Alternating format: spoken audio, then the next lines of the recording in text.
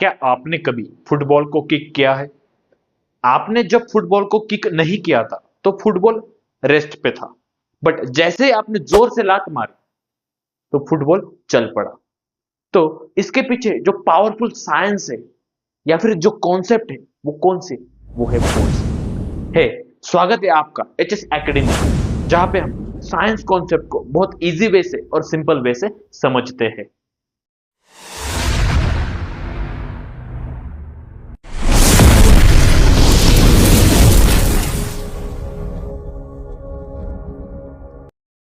What you learn today.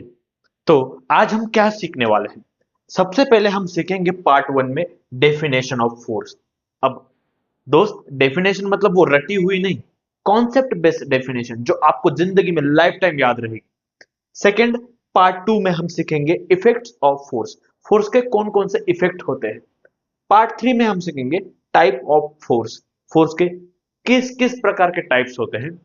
उसके बाद part four में हम सीखेंगे balance versus unbalance force. And part five में हम सीखेंगे Newton's law related to force. अब ये पार्ट में भी हम वो रटे हुए लॉ नहीं, सिंपल वे से न्यूटन्स लॉ को सीखेंगे कि कैसे वो फोर्स में यूज होता है। नाउ हम पार्ट वन पढ़ने जा रहे हैं, that is definition of force. तो फोर्स मतलब क्या होता है? सिंपल है। फोर्स मतलब पुश और पुल। पुश मतलब धक्का देना, पुल मतलब खींचना। तो आप किसी भी ऑब्जेक्ट को आप यदि धक्का देते हो या फिर खींचते हो, वो ऑब्जेक्ट अपनी पोजीशन चेंज करता है। पहले तो वो रेस्ट में होता है, अपनी पोजीशन चेंज करता है। दैट इज, उस केस में वहां पे फोर्स लग रहा होता है। तो आप बोलोगे सर ये तो बहुत थियोरेटिकल बता रहे हो। सिंपल एग्जांपल लो। आप और आपका दोस्त खड़ा है और आप में कुछ झगड़ा हुआ, आपने उसे ऐसा धक्का दे दिया, तो क्या हुआ? तो वह ऐसे ही खड़ा रहेगा क्या? वो नहीं, वो थोड़ा सा अपनी पोजीशन चेंज कर लेगा। तो वहां पे क्या हुआ? फोर्स लगा। सेकेंड थिंग, जब आप घर में होते हो, धूप आ रही होती है आपके चेहरे के ऊपर, आप हॉल में बैठे हो, धूप आ रही है, तो आपने क्या किया? दरवाजे को क्लोज कर दिया। क्या किया? क्लोज किया। कैसे? उसको पुल किया। तो क्या हुआ उस केस में? वहां पे भी आपने फोर्स लगाया। थर्ड एग्जांपल, तो क्या हुआ? दिवाली थी, दिवाली में आपने क्या किया? रॉकेट को लगाया। वो छोटा सा रॉकेट होता है ना, उसको लगा दिया। तो क्या हुआ? पहले तो रेस्ट में था, बाद में वो ऊपर चला गया। तो तीनों एग्जांपल में एक चीज कॉमन है। क्या है? तो कुछ ना कुछ लग रहा है, और जो लग रहा है वो है फोर्स। तो फोर्स की सिंपल डेफिनेशन, यदि आपको डेफिनेशन में सिखाओ तो सिंपल है, दैट इज पुश और pull that change the state of motion और रेस्ट ऑफ एन ऑब्जेक्ट। मतलब किसी ऑब्जेक्ट को हम पुश कर रहे हैं या फिर पुल कर रहे हैं, मतलब धक्का दे रहे हैं या खींच रहे हैं। तो उस टाइम वो ऑब्जेक्ट अपनी पोजीशन चेंज कर रहा है। पहले तो रेस्ट में था, पोजीशन चेंज कर रहा है, तो उसको हम क्या बोलेंगे? फोर्स। नाउ हम पार्ट टू सीखने जा रहे हैं, that is effect of force. अब इफेक्ट ऑफ फोर्स क्या होता है कि अब फोर्स हुआ है, फोर्स तो लगा है भाई, बट उसके कौन कौन से इफेक्ट है? तो याद रखो मेरे दोस्त, उसके बेसिक 5 इफेक्ट है। आप एक ही शॉट में उसे याद रख लो जो मैं आपको पढ़ा रहा हूं। सबसे पहला देखो, रेस्ट मोशन। सर इसका मतलब क्या है? मतलब कोई ऑब्जेक्ट रेस्ट पे है, वो मोशन पे जाएगा। मतलब समझो आपने बॉल को किक किया, तो क्या हुआ? वो पहले रेस्ट में था, वो मोशन में चला गया। Second, motion rest. तो अब कोई ऑब्जेक्ट मोशन में है, हम उसको रेस्ट में भी ला सकते हैं। एग्जांपल, ब्रेक लगाया। आपकी गाड़ी जोर से जा रही है, सामने हाथी आया। सर हाथी कैसे आ सकता है? चलो भैंस आ गई, तो आपने तुरंत ब्रेक लगाया। ओके, सो हमने क्या किया? मोशन में था ऑब्जेक्ट, रेस्ट में हम लेके आए। Third, speed change. अब स्पीड कैसे चेंज हो सकती है? आपने क्या किया? बॉल को बहुत जोर से हिट किया, लात से फुटबॉल को बहुत जोर से हिट किया, तो उस केस में क्या हुआ? स्पीड चेंज हो गई बॉल की। फोर्थ पॉइंट में डायरेक्शन चेंज। तो आप फोर्स की हेल्प से डायरेक्शन भी चेंज कर सकते हो। जैसे कि आप क्रिकेट देखते हो, कोई यहाँ पे शॉट दे रहा है, कोई वहां पे शॉट दे रहा है, कोई ऊपर शॉट दे रहा है, तो क्या कर रहे हैं हम? फोर्स से डायरेक्शन भी चेंज कर रहे हैं।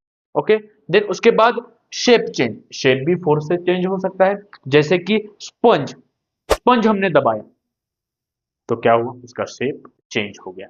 तो आपने यदि एग्जाम में आपको पूछा गया कि इफेक्ट ऑफ फोर्स, तो आप ये 5 पॉइंट लिख डालो। आप नोट भी बना सकते हो, साथ साथ में नोट भी बनाओ। ये 5 पॉइंट आराम से लिख सकते हो एग्जाम में, गारंटीड मार्क्स आपको मिलेंगे। नाउ हम पार्ट 3 पढ़ने जा रहे हैं, that is types of force. अब दो टाइप के बेसिकली फोर्स होते हैं। पहला तो कांटेक्ट फोर्स, दूसरा होता है नॉन कांटेक्ट फोर्स। अब कांटेक्ट फोर्स होता क्या है, बेसिक सा समझे। जिस भी फोर्स टच की वजह से लग रहा है, मतलब वहां पे टच इन्वॉल्व है, हमारा फिजिकली टच इन्वॉल्व है, उसको हम बोलेंगे कांटेक्ट फोर्स। और उसके ऑपोजिट जिस भी फोर्स में टच इन्वॉल्व नहीं है, उसको हम बोलेंगे नॉन कांटेक्ट फोर्स। सर ये तो बहुत कंफ्यूजिंग है, चलो सिंपल वे से समझते हैं। कांटेक्ट फोर्स में क्या होता है, एग्जांपल से समझिए कि आपने समझो कई बॉक्स को धक्का दिया। ओके, तो आपके हाथ और बॉक्स उसको आपने धक्का दिया, तो वहां पे क्या हुआ, टच हुआ। तो वहां पे उस कंडीशन में एक फोर्स लगा जिसे हम बोलते हैं मस्कुलर फोर्स, और वो होता है कांटेक्ट फोर्स। अब सेकंड देखिए, नॉन कांटेक्ट फोर्स। तो आपने इसके बहुत एग्जांपल देखा है कि न्यूटन बाबा पेड़ के नीचे बैठे थे, पेड़ ऊपर से गिरा। सर पेड़ ऊपर से गिरा? अरे नहीं, एप्पल गिरा।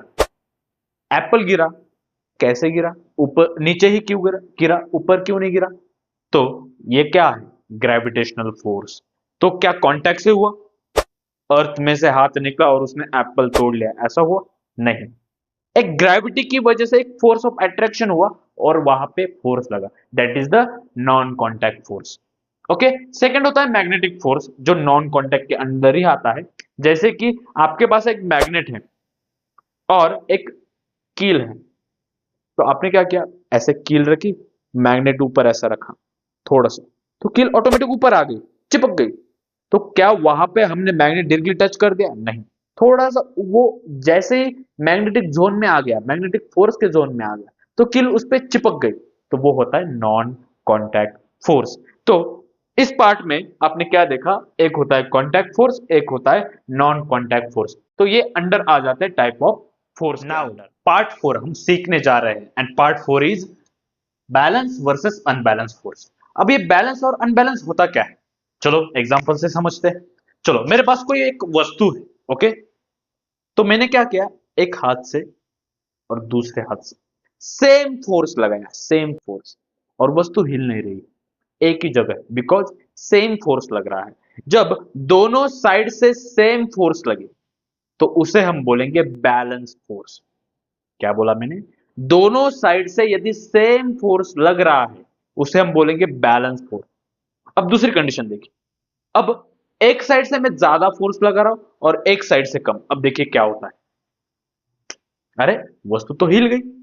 तो क्या हुआ, एक साइड से ज्यादा फोर्स लगने की वजह से वस्तु हिल गई, मतलब इस कंडीशन में क्या हुआ, अनबैलेंस फोर्स लगा। मतलब क्या, कि एक साइड से ज्यादा फोर्स लग रहा है और एक साइड से कम, उस कंडीशन में अनबैलेंस फोर्स एक्ट होता है। ओके, तो समझ गए आप अनबैलेंस और बैलेंस फोर्स क्या होता है, कि जब सेम फोर्स एक चीज पे लग रहा हो दोनों साइड से, तो उसको हम बोलेंगे बैलेंस फोर्स। और एक साइड से ज्यादा फोर्स लग रहा है और एक साइड से कम लग रहा है, उसको बोलेंगे हम अनबैलेंस फोर्स। नाउ हम वीडियो के लास्ट पार्ट में, दैट इज पार्ट 5 में आ गए हैं, जहां पे हम सीखने वाले हैं Newton's law related with the force. और हाँ, सबसे पहले आपके लिए मैं क्लैप करना चाहता हूं, यदि आप यहां तक आए हो तो आप साइंस कॉन्सेप्ट को लेके सीरियस हो। ओके, चलो शुरू करते हैं सीखना। तो पार्ट 5 में जो न्यूटन्स लॉ ऑफ फोर्स है, वो ये बहुत इंपॉर्टेंट है। यहाँ पे मैं आपको डिटेल नहीं सिखाना चाहता, बट जो इंपॉर्टेंट पॉइंट ऑफ व्यू है, एक बेसिक ओवरव्यू यहाँ पे मैं आपको देना चाहता हूं। तो फर्स्ट लॉ क्या है न्यूटन का, that is law of inertia. ये क्या कहता है, कोई ऑब्जेक्ट अपनी स्टेट चेंज नहीं करता जब तक एक्सटर्नल फोर्स ना लगे। तो जब तक, अपना एग्जांपल से समझो, अब एक मेरे पास एक ऑब्जेक्ट है, ऑब्जेक्ट मतलब कोई भी वस्तु, ये यहाँ पे पड़ी है, ओके। अब इस पर जब तक मैं कोई फोर्स नहीं लगाता, तब तक ये अपनी जगह चेंज नहीं करेगी, पोजीशन चेंज नहीं करेगी, स्टेट चेंज नहीं करेगी। That is the law of inertia. Okay, second law है force is equal to mass into acceleration, F is equal to M into A. आप बोलेगे सर ये क्या पढ़ा रहे हो आप फॉर्मूला, अरे भाई इंपॉर्टेंट है, एग्जाम के पॉइंट ऑफ व्यू से इंपॉर्टेंट है, और न्यूटन के लॉ हर एग्जाम में पूछे जाते हैं साइंस। ओके, तो वेरी इंपॉर्टेंट है। सो यहाँ पे यदि आप चाहते हो कि सर इस पे एक डिटेल वीडियो बना, तो कमेंट जरूर करना, मैं इस पे भी एक वीडियो बना दूंगा। बट अभी के लिए इतना ही समझो, सेकंड लॉ क्या होता है, force is equal to mass into acceleration. Then third law is action is equal to reaction, आपको सबको पता है। Every action there is equal and opposite reaction in Newton का थर्ड लॉ है। जैसे कि आपके पास एक कोई बॉल है और आपने वॉल पे फेंका, तो जितना फोर्स उस वॉल पे इस बॉल ने क्रिएट किया, सेम फोर्स उस वॉल ने बॉल पे दिया। ऐसा न्यूटन का थर्ड लॉ कहता है, that is action is equal to reaction. तो ये बेसिक से लॉ है, that is law number first is law of inertia, second law is force is equal to mass into acceleration, and third law is action is equal to reaction, जो हर exam में पूछे जाते हैं। और आप सिंपल वे से, किसी सर ने भी आपसे पूछ लिया, बताओ भाई न्यूटन का सेकंड लॉ क्या है, तो आप तुरंत बोलना force is equal to mass into acceleration. यदि डिटेल एक्सप्लेनेशन भी नहीं आता तो आप कमेंट करो, मैं आपको बताऊंगा क्या होता है वो। नाउ तुरंत रिवीजन कर लेते हैं कि आज के सेशन में हमने क्या सीखा। तो पार्ट वन में हमने सीखा force is equal to push और पुल। पार्ट सेकंड में हमने सीखा effect of force. Part three में हमने सीखा types of force. Part four में हमने क्या सीखा, balance versus unbalance force. Part five में हमने सीखा that is Newton's law related with the force. अब न्यूटन का सेकंड लॉ क्या था जो हमने आज सीखा, वो आपको कमेंट में लिखना है, आपके कमेंट का इंतजार रहेगा। और यदि आपको वीडियो सच में हेल्पफुल लगा है तो लाइक जरूर करना, और ऐसे ही इंटरेस्टिंग कॉन्सेप्ट के लिए एचएस एकेडमी के साथ जुड़े रहिए। और यदि सब्सक्राइब नहीं किया है तो तुरंत कर लीजिए और नोटिफिकेशन को ऑन कर लीजिए, क्योंकि हर संडे हम इसी तरीके से इंटरेस्टिंग कॉन्सेप्ट इस चैनल पे लाते रहते हैं। मिलते हैं नेक्स्ट वीडियो में, तब तक के लिए कीप लर्निंग, कीप ग्रोइंग। धन्यवाद।